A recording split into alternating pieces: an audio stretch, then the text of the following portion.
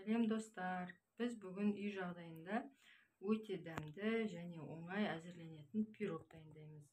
Оған қажетті заттар бізде құмшекер, бір кесе айран, бір үлкендеу кесе ұн, бір кішігірім кесе май ертілген, 3 жұмыртқа және қопсытқышымыз керек. Біз ең алғаш бірінші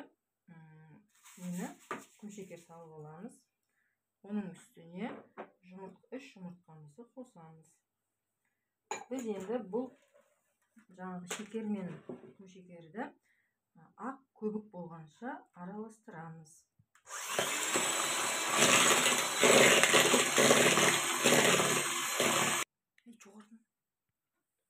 Міне біздің жұмыртқамыз бен шекеріміз осындай ақ болғанша біз қозғаймыз миксермен. Енді біз оған дайын болған массамызға айран қосамыз. Оның үстіне ертілген майымызды қосамыз.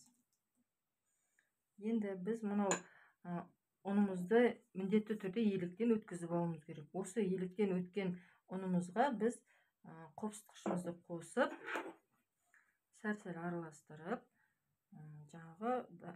массамызға қосамыз.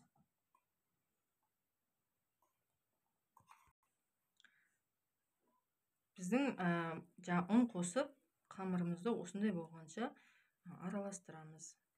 Не қатты қою, қатты сұйық болмауы қажет. Осындай қаймақ сияқты қоймалжың болады.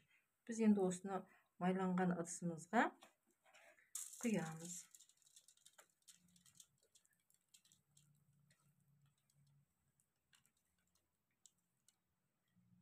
Ыдысымызға әдемілеп құйып, жайып.